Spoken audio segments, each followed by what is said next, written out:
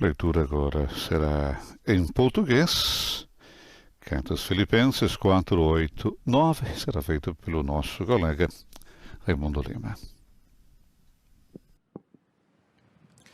Leitura da Carta de São Paulo aos Filipenses.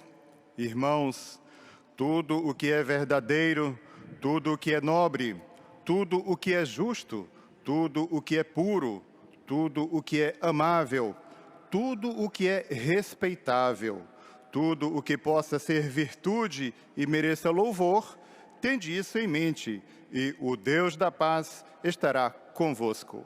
Palavra do Senhor.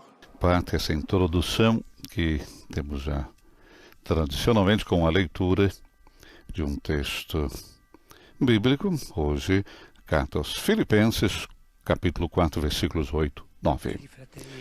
Queridos irmãos e irmãs, bom dia. Vi do il benvenuto. Das boas-vindas. Ainda estou ainda um pouco resfriado e por isso eu pedi ao Monsenhor que lesse a catequese. Estejamos atentos. Creio que poderá nos fazer muito bem.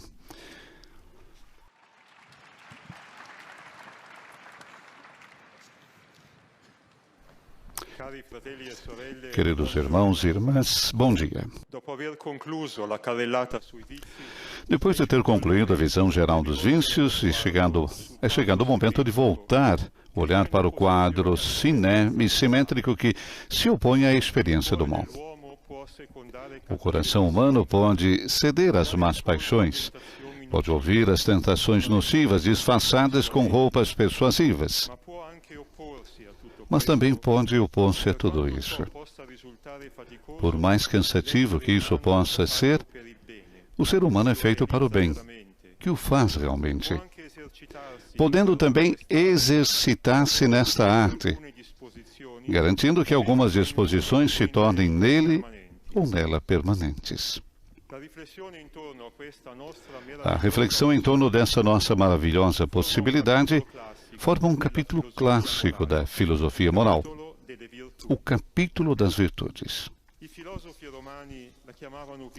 Os filósofos romanos chamavam-na virtus, os filósofos gregos chamavam-no arete.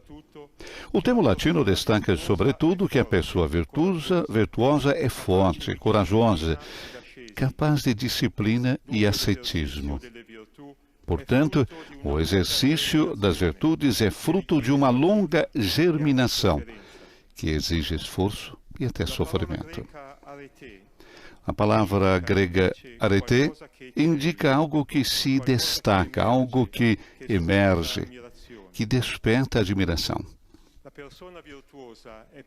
A pessoa virtuosa é, portanto, aquela que não se distorce pela deformação, mas é fiel à sua vocação e realiza-se plenamente.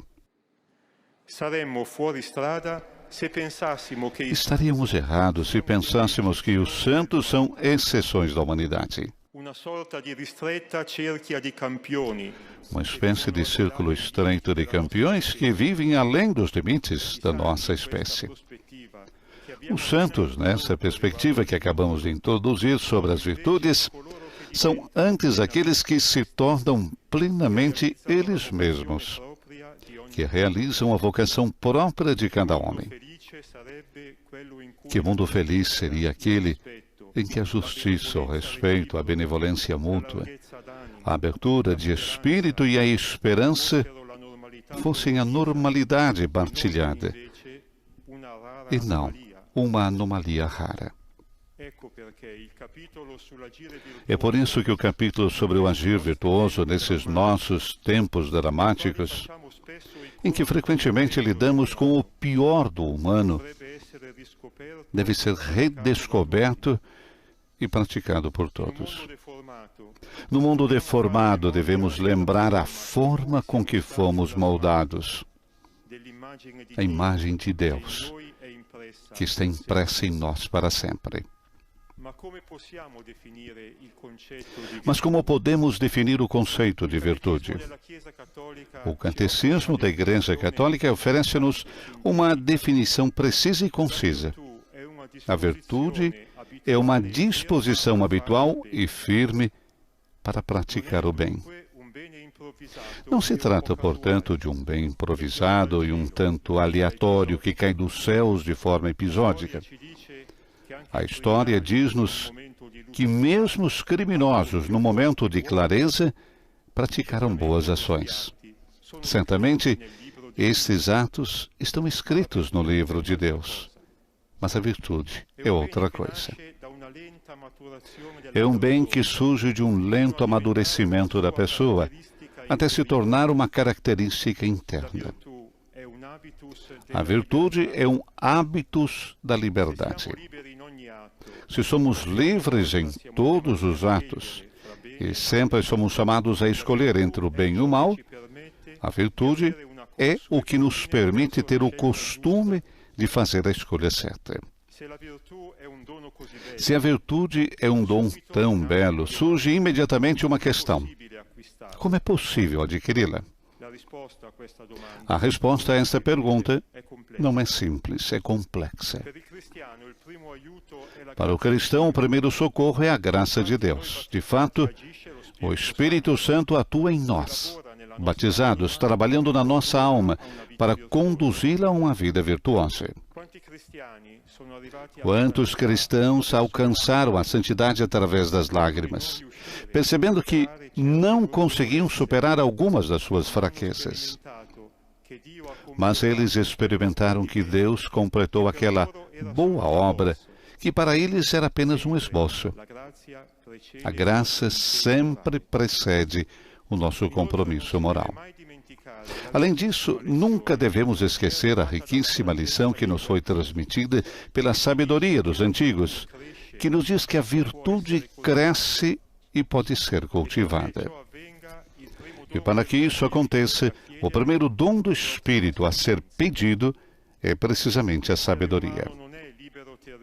O ser humano não é um território livre para a conquista de prazeres, de emoções, de instintos, de paixões, sem poder fazer nada contra essas forças, por vezes caóticas, que o habitam. Um dom inestimável que possuímos é a abertura da mente. É a sabedoria que sabe aprender com os erros para dirigir bem a vida. Depois precisamos da boa vontade, a capacidade de escolher o bem, de nos moldarmos com o exercício ascético, evitando os excessos. Queridos irmãos e irmãs, é assim que iniciamos o nosso caminho através das virtudes, nesse universo sereno que se apresenta desafiador, mas decisivo para a nossa felicidade.